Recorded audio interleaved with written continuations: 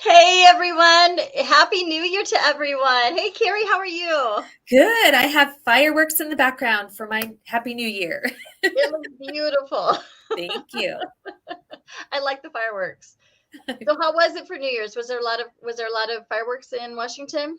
Not many, and it was a very quiet night for me. My husband had a headache from being at the Seahawks game all day, so he went to bed early, and my daughter just kind of did her own thing. So it was just me and the dogs. How it was around here too. I had my kids, we went out, had sushi, but that was about it. But it was nice, Nice. quiet. Exactly. So we're starting off the new year. Last year we kind of talked about some predictions and stuff, and so I thought we kind of talk a little bit about some of the things that we're looking forward to for the new year and kind of where things ended. So I guess we'll go ahead and start a little bit, just kind of some numbers.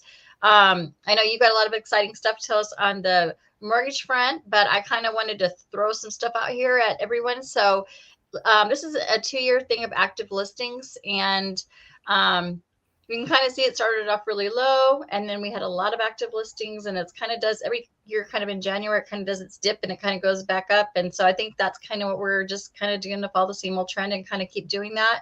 So I'm not seeing anything crazy new there. Are you? No, it looks Seems like pretty it. normal. Yeah. Days to sell's been changing a little bit. So this is the average. The median's a little bit lower. It's about 20 days is the median, and this is the average of them. And this is just Kitsap County, everyone. So if you're like looking at other areas and stuff like that, these numbers really won't apply to you. So we're going to kind of breeze through them. But I just, since our population's a lot in Kitsap, I want to kind of keep it there. But again, it's like you can see, like like a year and a half ago, whatever it was, or almost 2 years ago at this point in time now. We had a really, really low, it's everything was selling so quickly. I mean, it's like it barely hit the market and you were getting multiple offers and it was going crazy. Now it's kind of getting back up. And I think it's probably about where it normally would be. It's kind of more of a normal market. It's kind of slowing down a little bit. It's getting up a little bit higher, but I don't think that's going to stay that way. I really don't. I really think it's going to kind of start another momentum and kind of keep moving for the new year. But that's just my philosophy. I Months of agree, though, from a Month- mortgage standpoint. we have a lot of good signs that's leading up to saying this. So I'm kind of giving you a little bit of a go here, right? Yes. So this is showing months of inventory. And so typically in a really like normal market, it's 3 months. As you can see, we're still at 2 months. So what that's telling me is that, inventory is not really, again, what it should be. Um, we're still, there's more houses coming on the market now a little bit. People, I think sellers are finally saying, I needed to move and I've been waiting long enough and it's time. I don't see the rates changing a whole lot, so I'm going to make this move. And so I think we do see that climbing up a little bit, as far as, selling it and doing that. But I also think that, it's kind of getting more average, but it's still lower than what our normal would be. So I think that's good. And then we have sales price to list price. And this was kind of interesting because this tells you, like, again, back last year, everything was selling thousands and thousands of dollars over, what the list price was. I mean, it was kind of a crazy Wild West out there. And again, now it kind of went a little bit lower. It's, the market slowed down a little bit, which we all kind of experienced. Our rates went higher. The market, it slowed down a lot. It kind of dipped up again in the spring and summer, and then it kind of did what it normally does, and it kind of dips back down into the winter. So, it's just people need to sell, and it's just like sometimes it's not, you don't have the biggest pool of buyers that you do in the summer. So that kind of normal, it's kind of a normal pattern. You can see, before that it kind of went up and down, and now it's up and down, and it's just kind of following that curve. So, anyway, there's that. Numbers of sales. Yeah, it dipped off in December, but guess what? That's usually what it does. And if you look at last year's numbers, I don't know if you guys can see my mouse. Can you see my mouse when I do that? I don't know if you can. But if you look at last year in January and December, those numbers are about the same. And we had some spikes and stuff like that. Again, the year before, but last year is kind of, I think, really typical. And you can still see the curves again as far as it's kind of the normal pattern. So it might be a little bit less than what it was a year or so ago, but I don't really see anything drastic and different. So I'm just going to say that, I think a lot of people have been, I know like last month was pretty slow in real estate. I mean, like I talked to brokers and stuff and it seemed a little bit slower, but it seemed like that last week, as soon as Christmas went past, there was things happening. And, it's like there was more showings and there's all kinds of stuff happening. And so, I think we're just getting started. We're going into the spring and the summer, which is typically faster and whatever. And I think that on the real estate side of it, what I'm seeing is I think that it's going to, have our normal season where we really start spiking up over the summer, and things are going to get busier. And I know that, like I said, a lot of people have been holding back. They've been waiting for those rates to drop. And guess what? You might be in a bidding war again, because a lot of people have been waiting to do that. That's my take. All right. Let's see if Kerri agrees with me here on some of these things. Well, Kerri. definitely your last statement I agree with, because I know for a fact that I'm working with people that have been waiting for the rates to go down. And once stuff starts to hit the market, it's going to get more competitive as far as I'm concerned. But that's just my opinion. They are forecasting a lot of good things in the mortgage-backed security market.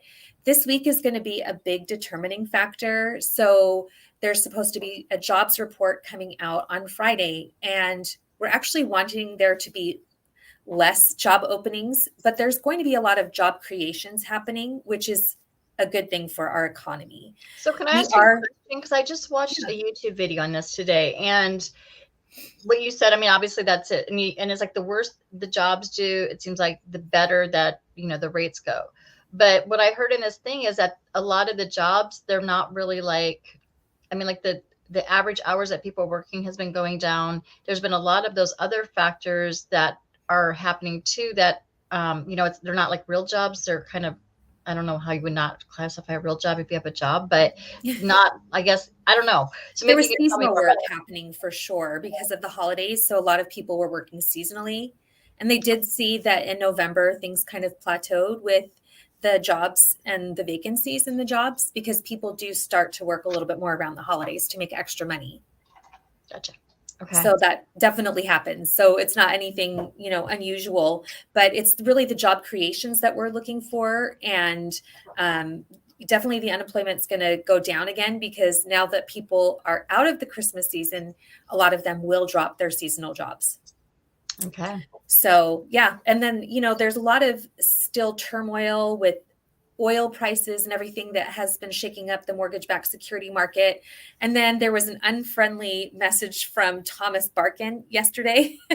And he basically said that he predicts there's going to be some more federal interest rate hikes. So the bond market got a little scared today and reflected in the rate just a tiny bit. But this has been, I think, the smallest gap in rates in a very long time.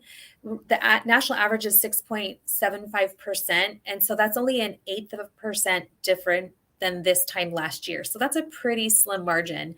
We're starting to see that they're coming down, and just fingers crossed that after the Fed meets tomorrow and we get the jobs report on Friday, that we have real good numbers. And I follow Barry Habib, and he's really an expert in this market, and he will be having his forecast come out on the 8th. So hopefully the next time we meet, I'll have some good information on what he's forecasting. I mean, it's not a crystal ball. It's just predictions based on past numbers, but fingers crossed it looks good. Although he's been giving like the crystal ball word, because he's done so well as far as predicting what the economy is going to do. So he's a good one to watch. He did kind of get a little bit, he did get some haters because he didn't predict that rates were going to go up as high as they did, but there were a lot of abnormal things going on. So to me, I just really can't fault the guy, because he was going based on past numbers, not based on this wonky, crazy market that we've been in. And all of the federal interest rate hikes that have been happening have just not fared well. And there's so many crazy things that have been, seems like that's been happening in the last year. I mean, 2023 has been kind of crazy with all the stuff you get over COVID. You finally get back to work and are trying to, and it just seems like you have wars and all kinds of stuff happening. So it would be very hard to predict it. But I do think that he did it. I think he's very smart as far as, his predictions, and he follows the numbers, and it really seems to, you can kind of see the trends and the patterns. So it makes a difference. So we're going to keep it kind of short and sweet today. We're going to talk about real quick. We're going to talk about some of the things we're going to be talking about over the next couple months.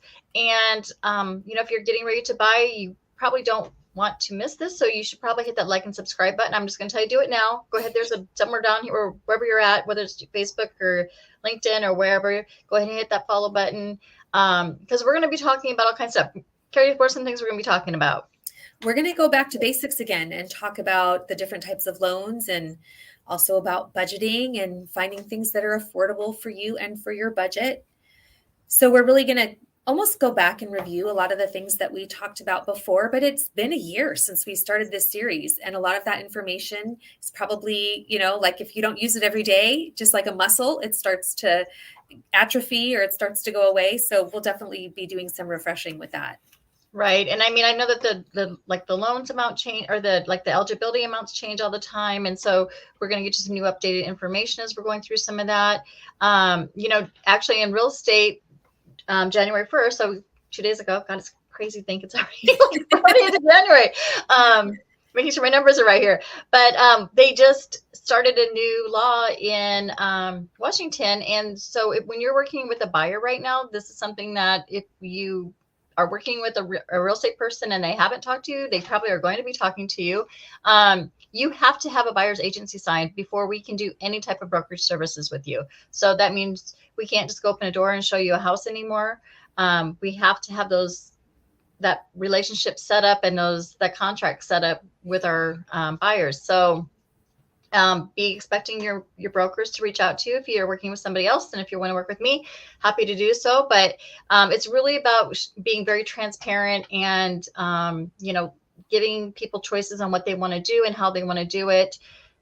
And, both parties. So anyway, be prepared for that. And they have a new real estate agency pamphlet, which looks really pretty, because I thought our old one was kind of ugly, but this one's actually really pretty. It has like really pretty pictures and stuff. So a little bit more easier to read, I think. So, but anyway, so that's a new thing that's coming up. We're going to go ahead and talk about home inspections again, because, you can never learn enough about home inspections. We're going to talk about insurance. We really didn't get into that, I don't think, last series. So talking about, what do you get insurance? How do you get insurance for your homes? Talking about when you maybe a resale value, if you're going to sell your home, what kind of questions should be asking and when, and that kind of stuff. So there's all kinds of good stuff coming up. So anyway, again, go ahead and hit that like, subscribe, or follow button, so that way you don't miss it, because it's going to be good stuff. Definitely. Anyway, that is it for today. You guys, thank you so much for watching. We appreciate it. And we are looking forward to seeing you all in the new year, and happy 2024.